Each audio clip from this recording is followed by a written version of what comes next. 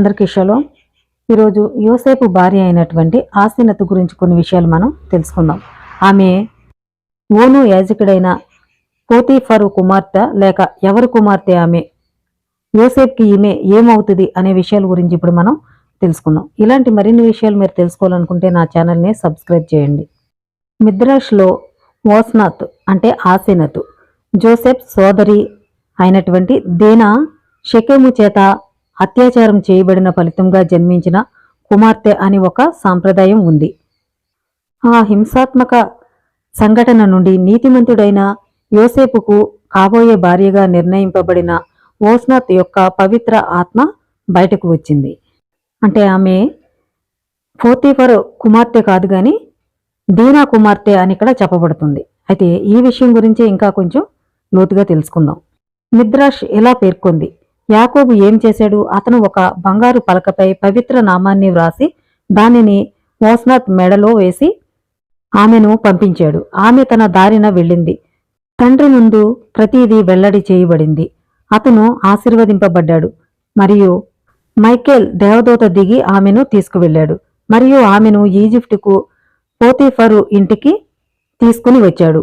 ఎందుకంటే ఓస్నాత్ జోసేపు భార్యగా మారవలసి ఉంది. ఇప్పుడు పోతీఫరు భార్య వ్యందురాలు. ఆసెనతు ఆమెకు కుమార్తెగా పెరిగింది. అంటే మిద్రాష్ ప్రకారం ఇక్కడ ఏముందంటే యాకోబు ఈ యొక్క దీనా కుమార్తెకు ఒక బంగారు పలకని ఆమె మెడలో వేసి ఒక పవిత్ర నామాన్ని రాసి ఆమెను పంపించి వేయడం అనేది జరిగింది. ఆమె తన దారిని ఆమె వెళుతూ ఉండగా మైకేల్ అనేటువంటి దేవదూత దిగి వచ్చి ఆమెను తీసుకుని వెళ్ళి ఈజిప్టుకు పోతీఫరు భార్యకి అక్కడ పిల్లలు లేరు కాబట్టి వారి వద్దకు ఆమెను తీసుకుని వెళ్ళి అక్కడ వదిలివేయడం అనేది జరిగింది. ఎందుకంటే ఆమె యోసేపుకు భార్యగా రావాలి కాబట్టి ఆ విధంగా జరిగింది అని అక్కడ చెప్పడం జరుగుతుంది. యోసేపు ఈజిప్టుకు పాలకుడైనప్పుడు అతను చాలా అందంగా ఉన్నందున యువతులు అతని వైపు చూసేవారు. వారు యోసేపుకు బహుమతులు విసిరేవారు. అతను వాటిని గమనించగలడనే ఆశతో. అప్పుడు ఆసీనతు కూడా తన మెడలో ఉన్నటువంటి ఆ యొక్క బంగారు పలకను తీసి అతనికి విసరడం అనేది జరిగింది. ఆసీనతు యోసేపుకు మేనకోడలు, యాకోబుకు మనవరాలు. ఆ పలకను చూసినప్పుడు యోసేపు ఈ విధంగా తెలుసుకున్నాడు. ఆసీనతు అత్యాచారం యొక్క దారుణమైన చర్య ద్వారా గర్భం దాల్చిన కుమార్తె మరియు అవమానంతో పంపివేయబడింది. యోసేపు బానిసత్వానికి విక్రయించబడిన, అన్యాయంగా జైలుకు వెళ్లిన వ్యక్తి. వారి భవిష్యత్తు ఆరోపణలను ఊహించలేరు. ఇటువంటి విశిష్టమైన స్థానాలను ఊహిస్తూ ఉండడమే కాకుండా భయంకరమైన భావోద్వేగం అధిగమించగల సామర్థ్యం గల పాత్రలను ఎవరు ఊహించగలరు? అసంభవంగా అనిపించినా వారి అంతర్గత ధైర్య సాహసాలు మరియు సంకల్పం వారిని ఆధ్యాత్మిక సాధనలో ఉన్నత శిఖరాలకు ముందుకు నడిపించాయి. వారు వాటిని అధిగమించారు. ఈ అంతర్గత బలం ఎక్కడి నుండి వచ్చింది? జరిగిన అన్నింటిలో ఎలోహిం యొక్క ప్రోవిడెన్సీని జోసెఫ్ గుర్తించాడు మరియు అందువల్ల అతనికి కించపరచబడిన నేరస్తులను వారి దైవికంగా అప్పగింపబడిన పాత్రలను నిర్వహిస్తున్నట్లు భావించాడు. యోసేపు తన ప్రతికూల పరిస్థితులతో బాధపడలేదు. బదులుగా అతను వాటిని ఆధ్యాత్మికంగా చూశాడు. ప్రతి అనుభవం సంఘటనలకు దోహదం చేసింది. చివరికి యోసేపు ఈజిప్టు నాయకుడిగా ఫరోకు 2వ స్థానంలో నిలిచాడు. అనంతరం కరువును నివారించడంలో యోసేపు తన ఉద్దేశాన్ని నెరవేర్చాడు. అతను ఈజిప్టుకు తన సంతతికి చెందిన తన సహోదరులను వారి నిష్కపటమైన పశ్చాత్తాపాన్ని నిర్ధారించడానికి పరీక్షిస్తున్నప్పుడు వారి భాగాలను అమలు చేసినందుకు క్షమించాడు.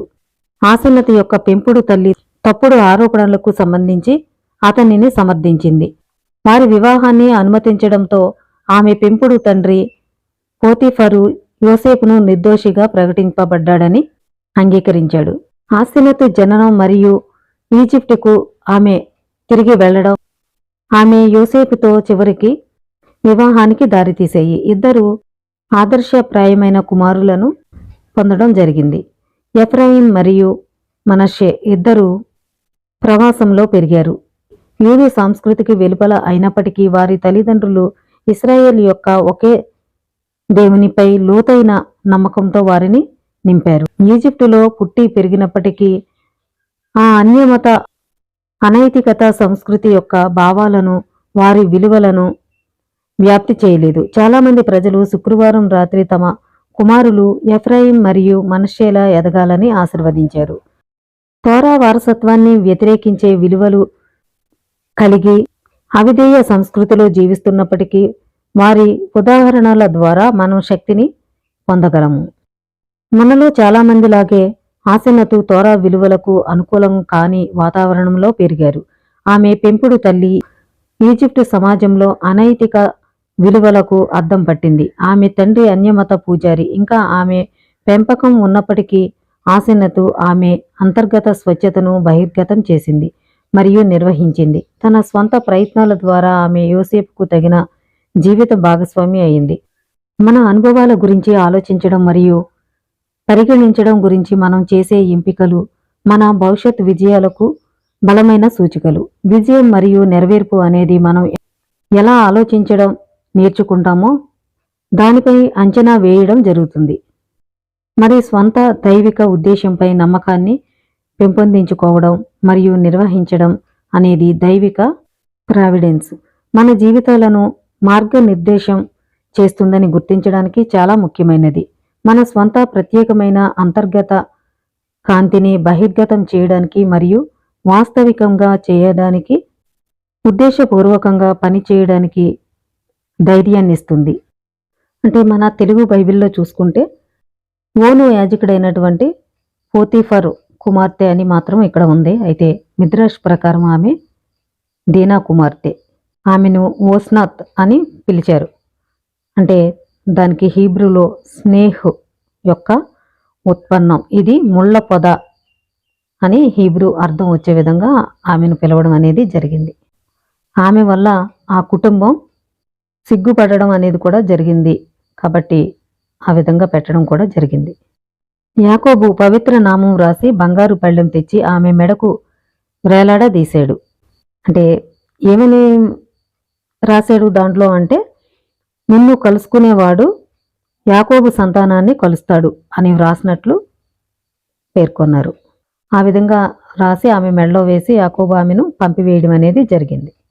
అయితే యోసేపు ఈజిప్టు బాధ్యతలు స్వీకరించినప్పుడు అందరూ కన్యకలు అతని అసాధారణ సౌందర్యానికి లొంగిపోయి నగలు మరియు ఇతర వస్తువులను అతని పైకి విసిరారు. అతని అనుగ్రహాన్ని పొందేందుకు ప్రయత్నించారు. ఆసెనతు ఆమె తాత వేసిన శాసనం ఉన్న బంగారు పలక తప్ప విసిరేందుకు ఏమీ లేదు. దాని మీద రాసి ఉన్న దానిని చూసి యోసేపు ఆమె తన బంధువు అని తెలుసుకొని వెంటనే ఆమెను వివాహం చేసుకోవడం అనేది జరిగింది. అయితే ఈ విషయాలన్నీ కూడా తెలుగు బైబిల్లో అయితే లేవు, కానీ ఇది మిద్రాష్ ప్రకారం ఈ విధంగా వివరించడం అనేది జరిగింది.